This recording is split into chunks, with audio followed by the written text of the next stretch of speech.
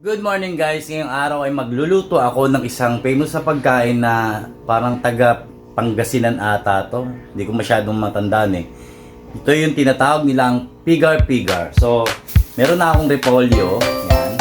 As you can see, meron na rin akong white onion, medium size lang. At eto, meron na akong baka. Actually, kalabaw daw ang ginagamit nila pero baka gagamitin ko kasi walang kalabaw dito. Ang kalabaw nasa bukid. So, yun nga, marinated na siya. So, lulutuin ko na lang to and then, watch nyo na lang hanggang sa matapos ko na yung lulutuin. Watch and learn!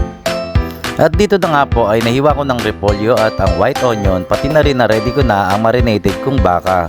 At check muna kung mainit na ang mantika. Let's see. Hindi pa.